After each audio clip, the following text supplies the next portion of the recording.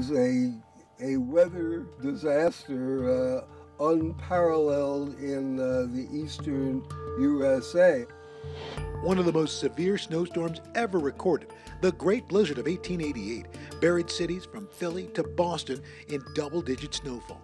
The state of New York bearing the brunt of the storm. Near Albany, snow totals reached upwards of 58 inches. It was basically a super powerful northeaster with sustained winds that reached up to 50 miles an hour in New York City, but gusts of hurricane force, 75, 80 miles an hour, with the temperature plunging rapidly. The death toll unimaginable. More than 400 people perishing, 200 in New York alone. Folks who did make it home were stuck there for days. Railroads shut down after massive derailments in the snow.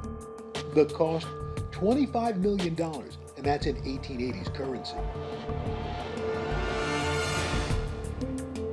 More than a century later, we still benefit from some of the effects of that storm. The snow damage to the elevated rail system in New York City led to the planning for the city's current subway system, now one of the most extensive in the world. And the breakdown of the telegraph and the fledgling telephone system led to changes in communications equipment.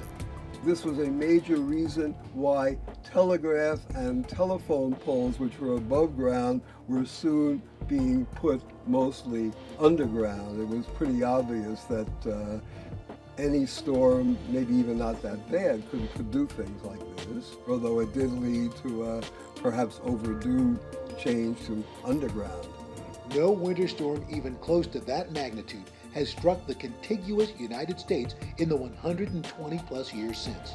And the blizzard of 1888 will always be remembered as the first natural disaster that was widely documented by photograph.